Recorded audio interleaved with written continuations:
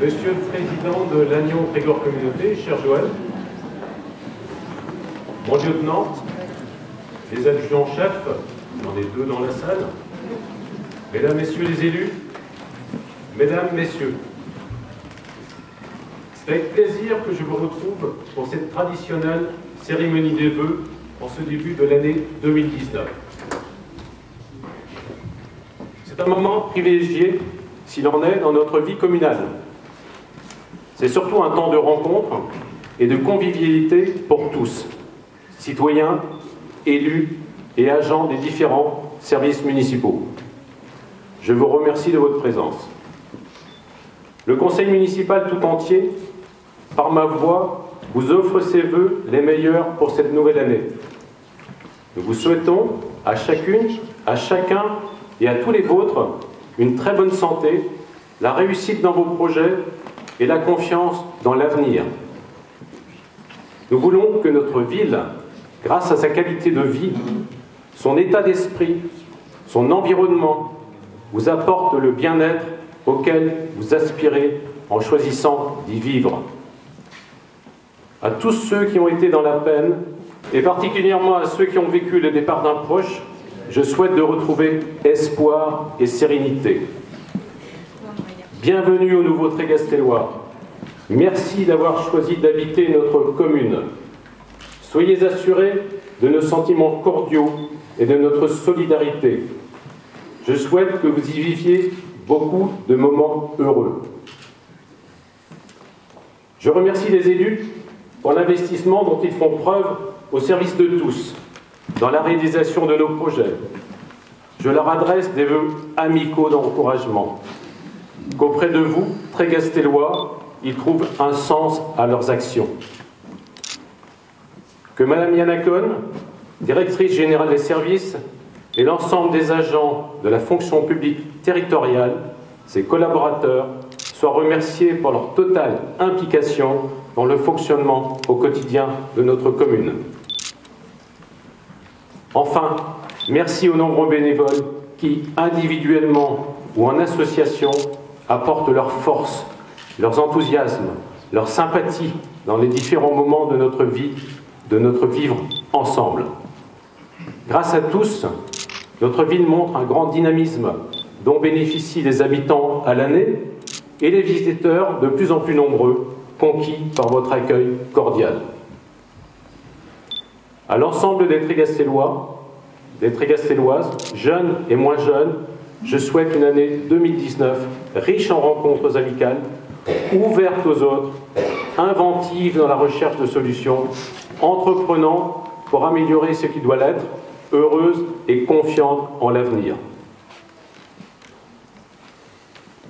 Lorsque l'on bascule dans une nouvelle année, il est de coutume de faire une courte rétrospective sur l'année précédente. Le monde et la nation traversent une période de grande incertitude. Dans ce tourbillon porteur de grands changements, inhérents à la vie des institutions, la commune demeure la réalité démocratique la plus respectée des Français. Et ceci nous oblige, nous, vos élus, pour un temps donné. En cette période de bouleversement des anciens repères, il est essentiel pour tous de se redire que l'intérêt général n'est pas la somme des intérêts particuliers, mais une adhésion à des lois et règles communes dans une communauté d'intérêts. Dans ce contexte de tension, la recherche d'économie s'impose à tous les niveaux. C'est ainsi que l'État restreint ses engagements, entraînant systématiquement les communes dans une logique de recherche de ressources nouvelles ou différentes. La rationalisation des pratiques, comme la mutualisation des moyens humains, matériels et techniques, se sont imposées pour éviter le recours à l'augmentation des impôts locaux. C'est dans cet esprit que moi-même et Denise Le Platinec, nous travaillons au sein de l'Agnon Trégor Communauté et dans notre commune avec élus, cadres et agents. Les résultats de cette politique sont au rendez-vous et tous, nous en sommes les artisans. La bonne situation financière actuelle de la commune est le premier résultat apporté au crédit de la gestion rigoureuse des deniers publics, opérée par vos élus, et de l'implication responsable de tous les agents communaux. Au nom des Trégastellois, je redis merci à tous ceux qui y contribuent.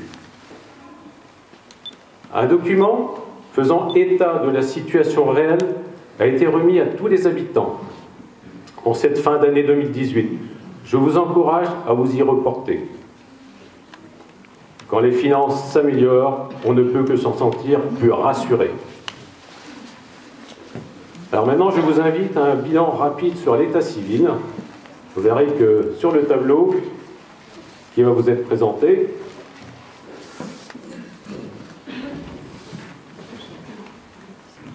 les chiffres arrivent.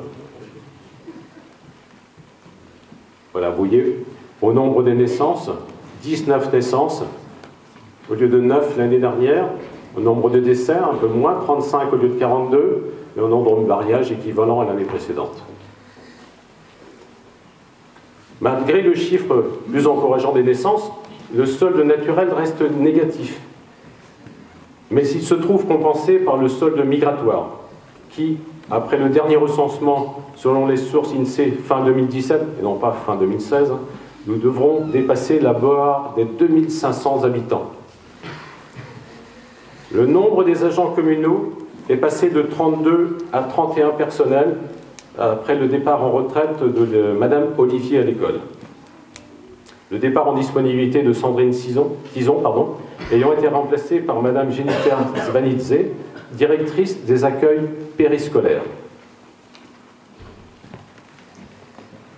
En matière d'urbanisme, l'attractivité de Trégastel reste liée à son environnement exceptionnel. Le dynamisme se confirmant, nous constatons une réelle évolution sur la période 2013-2018 au niveau de l'habitat. Si l'on considère deux périodes, d'une part 2013-2015, avant la sortie des emprunts toxiques, puis 2016-2018, après la sortie de ces emprunts, nous avons les chiffres suivants. Et vous voyez qu'effectivement, les permis de construire, tout confondus, sont passés de 105 à 232. Mais ce qui est intéressant de voir, ce sont les maisons individuelles qui sont passées de 51 à 133. Donc une progression de 160% sur ces deux périodes, si on peut les comparer. Ensuite, vous avez les déclarations préalables, les certificats d'urbanisme, et vous avez les DIA, ce sont les déclarations d'intention d'aligner, ce sont les ventes de terrain et de maisons. Et le montant des transactions immobilières en 2018 a atteint près de 12 millions d'euros. La situation financière de la commune restaurée, nous avons pu entreprendre des travaux de rénovation ou d'amélioration de l'existant, tout en commençant des chantiers nouveaux. D'aucuns diront que ça n'est pas suffisant, que c'est trop long dans la réalisation et dans la conclusion. Je ne peux qu'en convenir, en rappelant toutefois que le temps des administrations et des règlements est, pour ce qui nous concerne, particulier et contraignant. En cette période de bilan, je m'autorise un rapide catalogue et une énumération de tout ce qui a été entrepris. Les travaux, rue du Général de Gaulle, avec la réhabilitation du réseau d'eau pluviale, la mise en souterrain des réseaux électriques, et je remercie le directeur d'Enedis d'être parmi nous, les réseaux téléphoniques et de l'éclairage public. Installation de nouveaux lampadaires, bien sûr, rue du Général de Gaulle, avec leurs illuminations à la fin de l'année, le centre-ville, le parking des écoles, le pont du Moulin à Marée et le parking des services techniques.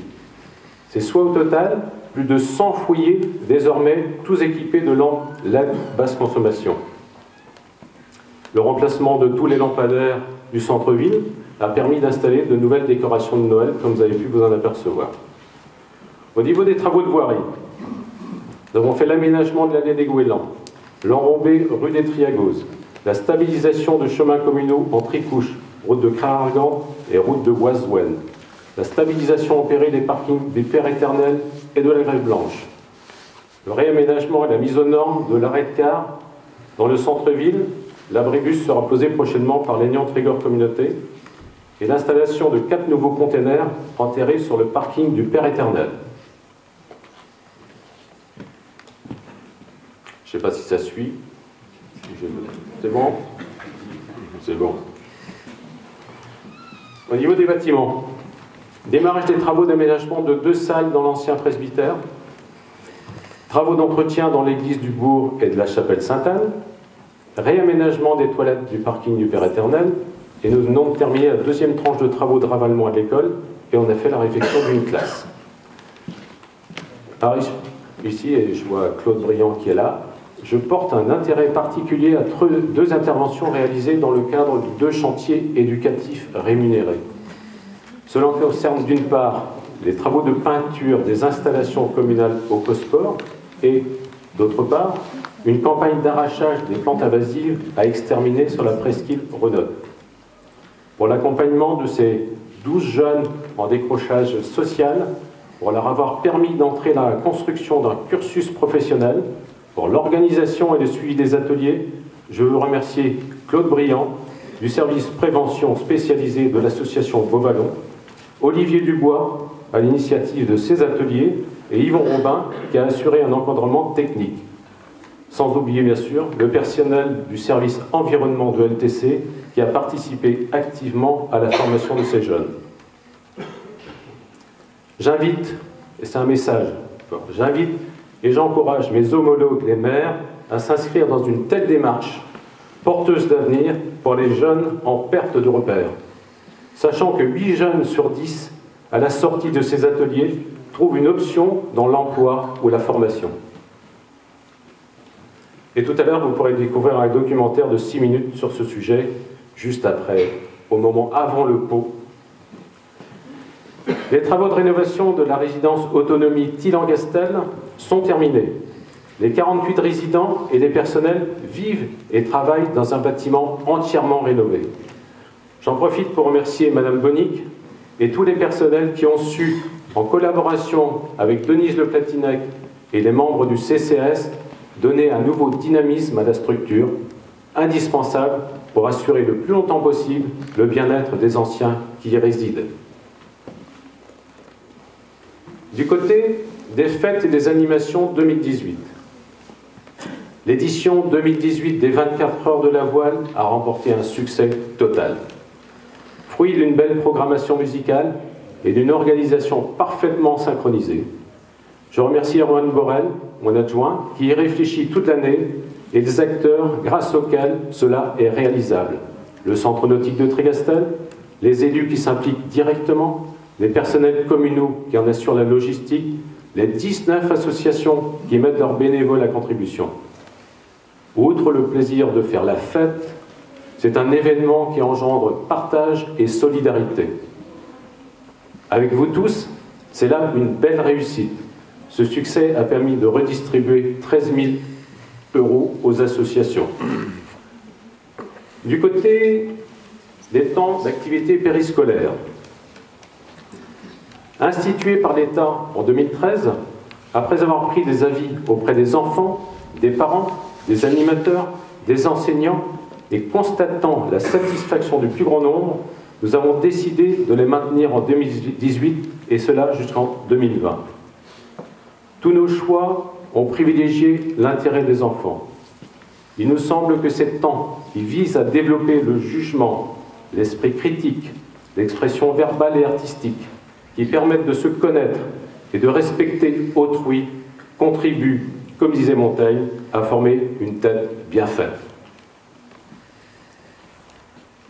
Je passe rapidement sur l'épisode de la fusion, reportée des 4 communes. Le projet revêt un réel intérêt. Les réunions de travail ont beaucoup apporté sur le plan des rencontres humaines. La comparaison entre les 4 réalités communales a été enrichissante.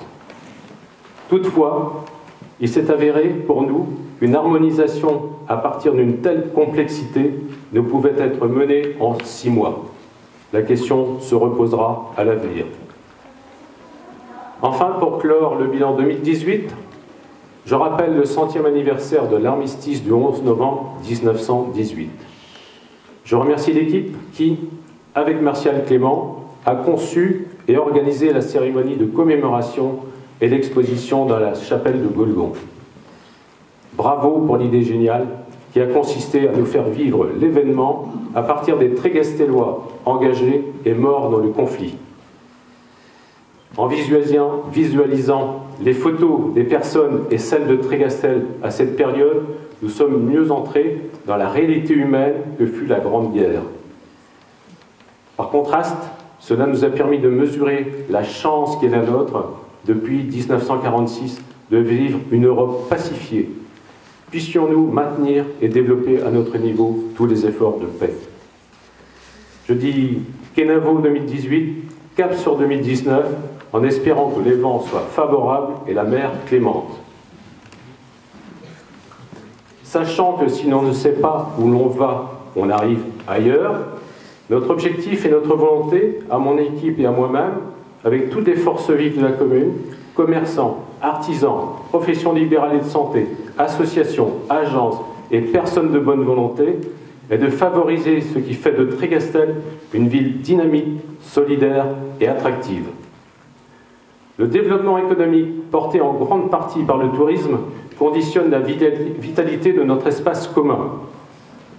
Je considère que notre rôle de municipalité, en partenariat avec LTC, est de promouvoir des espaces et des moments où nous pouvons tous nous rencontrer et nous retrouver et partager la chance de faire ensemble du collectif. La qualité de notre cadre de vie favorise notre bien-être ensemble. C'est dans cet esprit que nous inaugurerons en 2019 quelques réalisations d'importance. La rue du Général de Gaulle, totalement refaite, sera rendue à la circulation à Pâques. Le presbytère, entièrement réhabilité, pourra s'ouvrir aux usagers au printemps. Les amateurs de judo, de danse et de gymnastique pourront tester les nouveaux locaux et équipements de la salle omnisport de Picherel avant l'été. Un nouveau chantier devrait s'ouvrir après la saison estivale. Pour des raisons de sécurité, il est urgent de construire un rond-point au carrefour des routes de l'Aignon et du Dolmen. Cet ouvrage, pensé et conçu en concertation avec le département et les services de LTC, devrait être opérationnel en fin d'année. Il améliorera la circulation d'entrée de ville et réduira la vitesse des véhicules. J'ouvre une parenthèse pour souligner le travail de réflexion entrepris par la commission accessibilité, désormais TREC Accessibilité, et remercier sa présidente, Odile Ledo, qui est dans cette salle, et les membres de cette nouvelle association pour leur concours. Un travail de longue haleine s'ouvre pour favoriser la mobilité de tous dans notre ville. L'activité touristique me tient particulièrement à cœur. Elle est le poumon économique de notre ville. Dans le cadre de LTC, je suis en charge de l'Office communautaire de tourisme. Il fonctionne pour le bénéfice des 60 communes du territoire. Avec des élus et agents, nous avons à cœur d'opérer la transformation numérique qui s'impose à nous désormais. La fréquentation est en progression constante depuis 2014. Il faut donc nous adapter à de nouveaux comportements et à de nouveaux modes de consommation. Si les personnels font cet effort d'adaptation, il importe que les structures d'accueil évoluent également. Il faudra donc nous atteler à un remodelage ambitieux au niveau de nos structures et par conséquent du Bureau d'information touristique de Trégastel. Dans mon précédent communiqué, par voie de presse, et je remercie celle-ci d'avoir fidèlement relayé mes propos, je précisais que plusieurs données objectives plaident pour une restructuration globale des services à la population et par voie de conséquence des lieux qui les assurent. Le travail de réflexion va se poursuivre avec de nouveaux services compétents créés par LTC. L'équipe en charge de réaliser un projet dans l'avenir prendra le relais. Les données réunies pourront lui faciliter la tâche. Pour le moment, l'étude la plus avancée concerne la bibliothèque qui, au vu de toutes les demandes exprimées, doit se transformer en lieu de culture et de communication, devenir un espace ouvert sur la ville et offrir de nouveaux services. Grâce à la persévérance, à la compétence et à la foi en l'avenir de notre ville, chevillé au corps de Marie-Pascale Laporte, en collaboration avec l'agence concernée, un projet ambitieux est dans les tuyaux. Il demande à être enrichi par tous ceux qui y croient. Voilà tracé à grands traits le bilan 2018 et les perspectives 2019. Bien que cela ne soit pas dans les compétences obligatoires des communes, mais du ressort du conseil départemental, la mairie soutient et aide les personnes en situation de précarité, voire parfois de détresse. Dans l'écoute, le soutien, l'action et surtout la discrétion à laquelle toute personne a le droit. En lien avec l'adjointe à la solidarité, Denise Le Platinec, le personnel travaille au quotidien à la recherche de solutions personnalisées multiples, privilégiant l'orientation vers les professionnels, les administrations et les associations compétentes. Une prise en considération globale de la personne, à notre époque, va bien au-delà d'une aumône financière. Je veux commencer cette année 2019 en remerciant les élus, les agents et le CCAS pour l'implication et la disponibilité dont chacune et chacun font la preuve. Tous, chacun à sa place et chacun dans son rôle, nous essayons au jour le jour de gérer et d'administrer au mieux notre ville. Merci aux élus. Ensemble, nous servons au mieux les intérêts communs, sans quelquefois y parvenir pour quelques-uns. Merci aux cadres et aux agents dans tous les services. Vous essayez de répondre aux multiples exigences et aux sollicitations continuelles venant de tout horizon, sans toutefois y parvenir pour quelques-uns. Ni nous, ni vous, nous n'avons de baguette magique. Mais tous, nous avons à cœur le service de vous, le public. Et nous l'aurons encore cette année 2019. Nous sommes bien à Trégastel et nous le resterons. Blaus Madatu.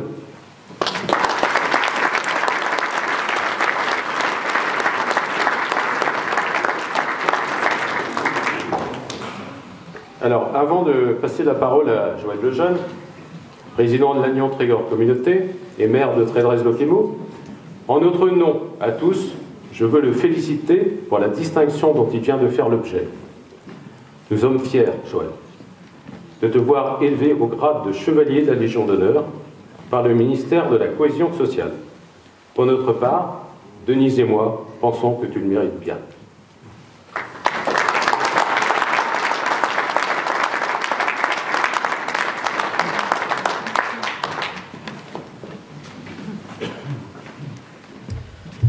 Monsieur le maire, mesdames et messieurs les élus, mesdames et messieurs, il y a 60 communes dans la communauté d'agglomération. Alors, il y en a une ou deux qui ne font pas de cérémonie de vœux, mais il y en a donc beaucoup qui en font. Ma propre commune, je reçois donc en général 55, 56, 57 invitations. Donc je ne suis encore jamais venu donc, à Trégastel pour cette cérémonie. C'est un plaisir pour moi donc de répondre à ton invitation, Paul, et pour vous rencontrer. Et je vais faire attention à ne pas être long, parce que si on me demande, c'est ce matin qui m'a prévenu, il faudrait que tu interviennes, etc. Et quand on me demande ça et qu'on me demande de parler de l'agglo, ça peut prendre du temps. Donc je vais me restreindre. D'abord, je veux te remercier de ce que tu viens de me dire. Tu sais que je ne suis pas particulièrement attaché aux honneurs, mais que lorsqu'on reconnaît le travail accompli, ça fait quand même plaisir. Donc merci de me le dire aussi.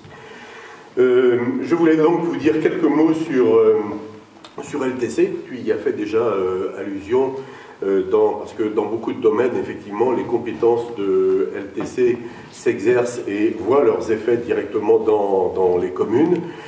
Je ne vais pas donc détailler toutes les actions que nous menons. Je rappelle que nous sommes partis du domaine donc, du développement économique, et cette année a été marquée justement en 2017-18 donc par le développement du pôle photonique dans ce domaine-là, et puis dans le soutien aux entreprises d'une façon générale. Une deuxième compétence de départ, c'était celle de l'environnement. Cette année a été marquée aussi par la création de l'objetterie de Bulia, pour laquelle nous avons été félicités et pour laquelle nous avons eu des prix. Je crois que c'est investissement tout à fait novateur. Et puis, nous allons continuer. Alors, je ne vais pas vous détailler les projets de cette année, vous les verrez au fur et à mesure. Il y aura donc l'école de musique à Lannion, le début du projet du pont à Val sur le Léguerbe, la restauration du couvent des Sœurs du Christ à Tréguier, etc. etc. Je voudrais plutôt que de parler justement des grands investissements, dire juste un mot, et ça rejoindra la fin de ton propos, Paul, c'est l'évolution finalement de la communauté d'agglomération vers les services à la personne. Certes, il y a des services généraux que nous assurons déjà depuis un moment, comme l'assainissement ou comme la collecte des ordures ménagères, et nous allons poursuivre d'ailleurs au 1er janvier 2020 avec la prise de la compétence concernant l'eau potable, mais il y a maintenant aussi des compétences dans le domaine social, et singulièrement d'abord en direction des personnes âgées, avec l'aide à domicile, les soins à domicile, sur lequel nous allons franchir une étape cette année et prendre donc la compétence totale au 1er janvier 2020. Il y a également beaucoup de travail en direction de l'enfance, de la petite enfance, avec les réseaux d'assistance maternelle qui sont déjà transférés, et puis un essai donc d'harmonisation de tous les services qui sont rendus pour les enfants. Vous avez la chance ici d'avoir encore l'étape. Là, je vous félicite d'avoir gardé ça, parce que moi aussi j'y étais favorable, mais quand on travaille avec les communes voisines, il faut s'adapter à la majorité, et donc chez nous on est passé à la semaine de 4 jours. Je crois que vous avez fait le bon choix. Donc nous allons donc eh bien, essayer d'harmoniser tous ces services, parce qu'il y a de gros écarts dans la communauté d'agglomération entre certaines communes et d'autres en matière donc, de ce qui est offert, aussi bien pour les personnes âgées que pour l'enfance. Donc voilà un grand chantier donc, pour cette année. Je voulais vous dire aussi que ce que nous cherchons à faire petit à petit, c'est créer une collectivité locale forte. La communauté d'agglomération, avec toutes ses compétences, elle a besoin de se structurer, elle a besoin d'assurer sa sécurité financière. Il faut effectivement que nous soyons capables de mener tous les projets que nous avons. Donc il y a un certain nombre de réformes que nous faisons en interne, avec le personnel, passage aux 35 heures, etc. Mais il y a aussi donc la mise en place de structures capables de durer et de faire en sorte qu'au-delà de 2020, fin de ce mandat, eh bien, le Trégor dispose d'une collectivité locale puissante, capable de travailler pour son avenir. Son avenir, c'est d'abord le développement économique, c'est aussi la qualité des services qui sont donnés à la population. Un domaine aussi, d'ailleurs, que j'oubliais de citer, mais je vais le dire, c'est le domaine culturel, dans lequel nous sommes de plus en plus sollicités. Et nous travaillons déjà, par exemple, ici sur le Festival de l'Estran, mais il n'y a pas que ça, il y a beaucoup de choses donc, qui sont faites dans ce domaine-là de plus en plus. Donc petit à petit, ce que nous voulons, c'est que ce qui ne peut pas être fait à l'échelle des communes, eh bien, la communauté d'agglomération le réalise. C'est ça le principe de subsidiarité. Et donc, moi, j'essaie de mettre en place, en fait, cette communauté forte pour l'avenir, parce qu'il nous faut être en concurrence avec les métropoles. En fait, le Trégor a tout d'une métropole, sans ses inconvénients. Et en plus de ça, nous sommes au bord de la mer, sur un littoral magnifique. Donc, je souhaite effectivement pour 2019 une très bonne année. Ben Adrien, on va commencer par toi. On t'a déjà mis à l'honneur une fois à la mairie. Adrien, il a eu la médaille d'or au concours régional en marqueterie. Alors, c'est pas du sport, mais je pense qu'on peut le féliciter.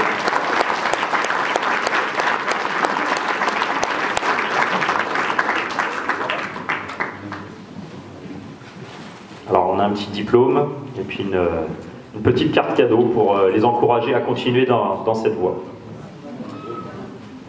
Ensuite, on a l'équipe de basket qui, une nouvelle fois, s'est hissée au niveau régional. Donc, je ne sais pas ce que vous avez fait comme résultat depuis le début de l'année. On n'a pas eu communication.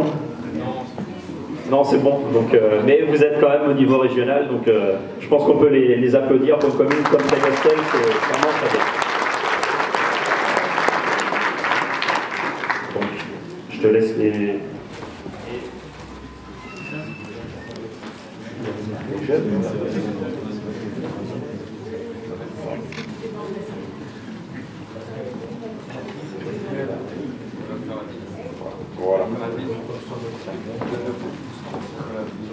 Je laisse ça aussi. Ouais, Louis, Théo. Oui, c'est les grands. De toute façon, le basket, c'est les grands. Tiens. Ouais, c'est pour faire la bise aussi. La demande, t'as les noms sur les diplômes. Sur les diplômes, Michel.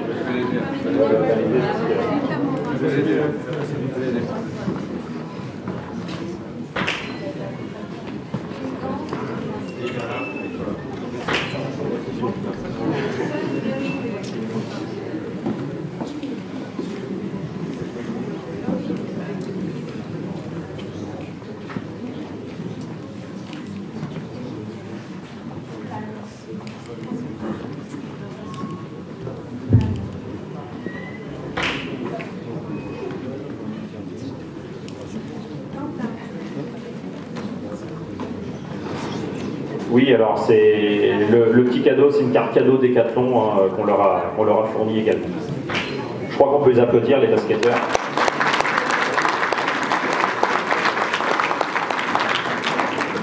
Ensuite, on a Erel Lamère, qui est championne de France UNSS en U17, en volley, et qui a été qualifiée au Mondiaux à Prague, où elle a fini avec l'équipe 13e sur 20.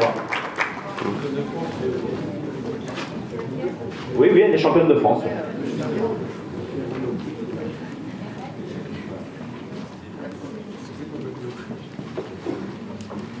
On peut l'applaudir encore.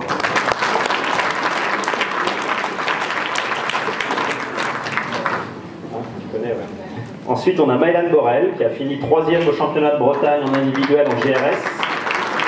Et elle est aussi championne départementale, régionale et zonale en GRS en équipe. Et également, voyons, quel palmarès. Elle est vice-championne départementale et 3e en régional en individuel. Bravo.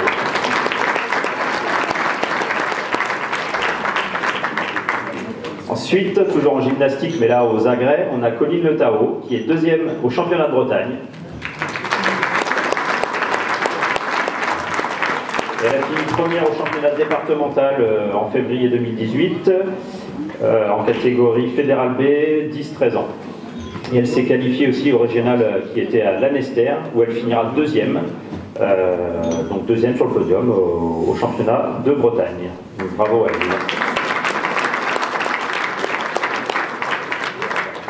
Alors on a Antoine, donc là on passe dans la catégorie voile, en optimiste. Antoine est champion des Côtes d'Armor en minime. Et pour info, il a été convoqué au comité départemental de voile à Saint-Brieuc, dans le 22 bien sûr, le 4 février 2019 pour recevoir un prix et pour honorer toute sa saison 2018.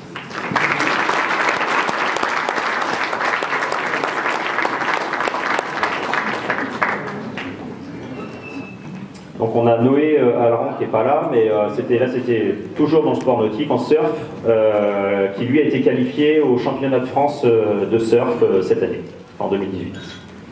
On peut l'applaudir quand même s'il n'est pas là. Ensuite on a Antoine Tassel, donc là c'est du vélo, du cyclisme, il a fini 2e au championnat des Côtes d'Armor.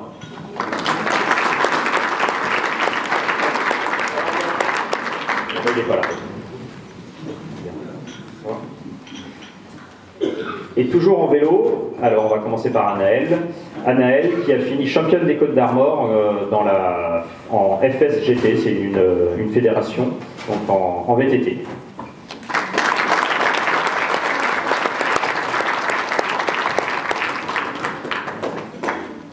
Et la maman du coup, Elodie, qui a déjà été récompensée l'année dernière. Cette année, toujours championne de France en VTT. Donc c'était le vendredi 20 juillet. Et elle a décroché donc un 2e titre de championne de France en VTT en catégorie Master Dame sur le circuit de Lons-le-Saunier dans le Jura. Donc une belle récompense après plusieurs mois d'entraînement, toujours coaché par Stéphane Gourbelon, une saison de VTT bien remplie. une nouvelle fois, je pense qu'on peut féliciter tous les sportifs et même au niveau de l'artisanat, parce que la marqueterie, on peut presque l'assimiler à un sport, parce qu'il y a une telle concentration que c'est impressionnant. Et donc encore bravo à vous et encore plein de bonnes choses pour cette année 2017. Si vous voulez bien venir tous les résultats ici, comme ça vous allez, on va prendre la photo.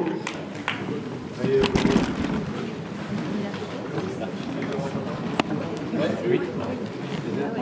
Non.